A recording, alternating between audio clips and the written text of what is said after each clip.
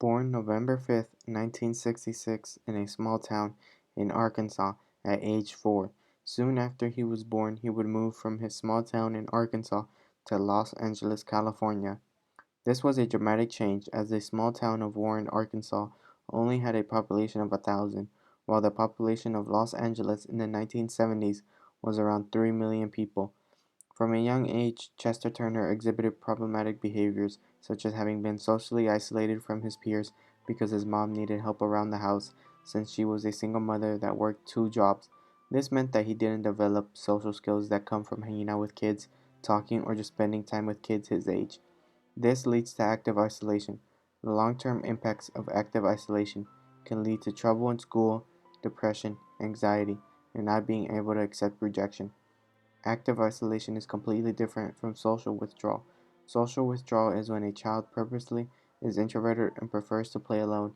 Being alone and being rejected from society wasn't the only childhood trauma that Chester Turner experienced. Since his mom and dad separated, he spent time with his father's new wife, his stepmom. During the times he visited, his father and stepmother would beat him while his stepbrothers and sisters watched and laughed. This could have led to Chester developing learned helplessness, as he was forbidden from fighting back. Learned helplessness is when someone repeatedly experiences stressful or harmful situations that are out of their control, but does not leave or take control of the situation even when the option is available. This was what Chester experienced when his stepmother and step siblings were bullying him. He experienced the beating so much that he thought there was nothing he could do to stop or avoid the situation. So Chester let out his anger and rage by bullying other people that were weaker than him physically, primarily girls. Chester had a habit of bullying girls and grabbing the girls in school inappropriately. Kids even started calling him Chester the Molester. By 1987, Chester Turner had nothing to his name. He was a high school dropout, didn't have a home since his mother kicked him out for abusing and selling drugs, and was full of regrets and anger. The backstory for the crimes Chester committed is very important. In Los Angeles during the 1980s and 90s, the drug epidemic hit the nation hard, but Los Angeles suffered the most.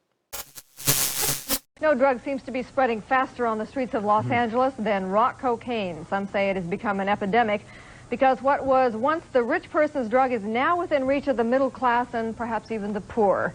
Tonight, investigative reporter Jim Forbes has the first part of his special report on the cocaine epidemic. Since drugs were flooding neighborhoods, this led to other criminal activities following, such as gangs, drug dealers and users, prostitution, and many other types of criminal activities to occur in neighborhoods that were affected by the crack cocaine epidemic. The crack cocaine epidemic led to a rise in crime in the 80s and 90s, not just in Los Angeles, but the entire country. This is crack cocaine. It's as innocent looking as candy, but it's turning our cities into battle zones. Los Angeles County was experiencing 1,000 deaths a year, which is about 3 deaths a day. South Central Los Angeles was hit the hardest by this. Starting in 1983, the bodies of dead women, mostly black women, would be discovered in the Figueroa Corridor, which is an area of South Central Los Angeles that is home to a lot of prostitution. The police were overwhelmed as they didn't know whether the damage done was the work of one man for several different reasons, such as one girl being killed by her pimp, another girl overdosing, or another one being killed by an abusive partner, or if this was the work of a serial killer. Most of the women being killed were prostitutes, homeless, struggling with drugs and alcohol, or a combination of all three. Plus, adding the fact that most of these women were black added another layer of problems.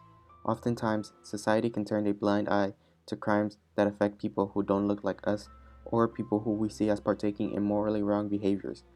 We also tend to blame the victim for playing quote unquote stupid games, thus, they win stupid prizes. It is also impossible to rule out that Chester was a copycat killer, as he might have seen all the bodies piling up and thought to himself that it was easy to get away with murder so long as he killed black women, as the police and everyone else didn't seem to care if they died. In 1987, Chester committed his first murder. He strangled Diane Johnson. Then, a few months later, he would kill Annette Ernest. In 1989, Chester would strangle another two victims, Anita Fisherman and Regina Washington. Regina Washington was 6 months pregnant at the time of the murder.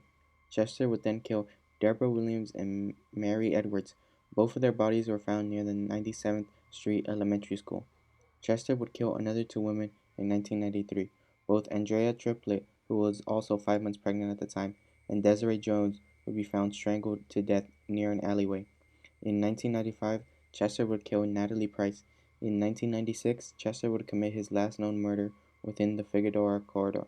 Mildred Beasley would be found near the 110 freeway. Paula Vance and Brenda Bryce were both killed by Chester and were known to be prostitutes.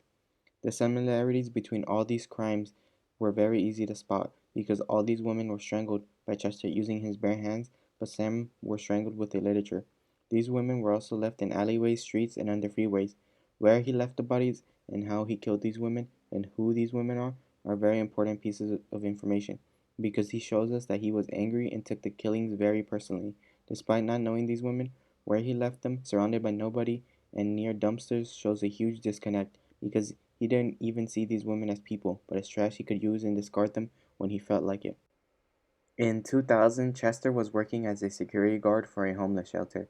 There, he would run into Maria Martinez, who recognized him. He approached her and asked her for a cigarette. Since she had seen him before, she gave him one. However, he soon would force her to the ground and then take her behind a dumpster and rape her. He then proceeded to strangle her, but for whatever reason stopped and told her he would only let her live if she didn't tell the police. The leading theory for why he let Maria go is that for the first time he knew the victim and saw her daily. While none of his victims deserved to be killed and raped, he was able to rationalize it in his mind because he didn't know them and they had worthless lives, such as being prostitutes, homeless, and having drug and alcohol abuse problems. This is how he was able to kill so many women, as he would lure them into alleyways and dark places with the promise of drugs, since a lot of the women had substance abuse problems. Maria was homeless herself, so she went back to the midnight mission and told a counselor. That counselor then told Maria to report it to the police. She did report it. Then Chester was arrested and then convicted of rape, to which he was sentenced to 6 to 8 years for. However, when he was being processed, he had his mouth swabbed as part of a new California law stating that all inmates have to have their DNA enter the system. When his DNA was put into the system, it was linked to the DNA in about 13 murders, and those murder cases also had DNA from rape kits that had been taken from the victims' bodies. Chester would finally be held accountable for all his crimes, as he would sexually assault then kill his victims. His DNA was also linked to a crime that had been labeled as solved, as three of his victims were left on the steps of a school, behind a school, and near the school dumpster. A janitor worked at the school, named David Allen Jones, who was a mentally disabled man who didn't know how to read or write. He was labeled as a person of interest and interrogated by police, without a lawyer present. He would be found guilty of these crimes, however, two of the three murder rape victims had DNA on their rape kits that matched Chester's DNA. So in 2004, Jones was released from prison and awarded $7,500,000 for his false imprisonment, as he was in prison for the murder of Mary Edwards, Deborah Williams, and Tammy Christmas, all of whom were victims of Chester Turner. This is how he was charged and convicted for all his known crimes, as he has never confessed to any crimes. DNA linked him to all the 13 murders. These victims are the only ones that could be linked to him via DNA, as there could be many more victims out there. If there is any justice in this world, then Chester Turner will see through his death sentence, and hopefully that will restore some of what Chester took from his victims.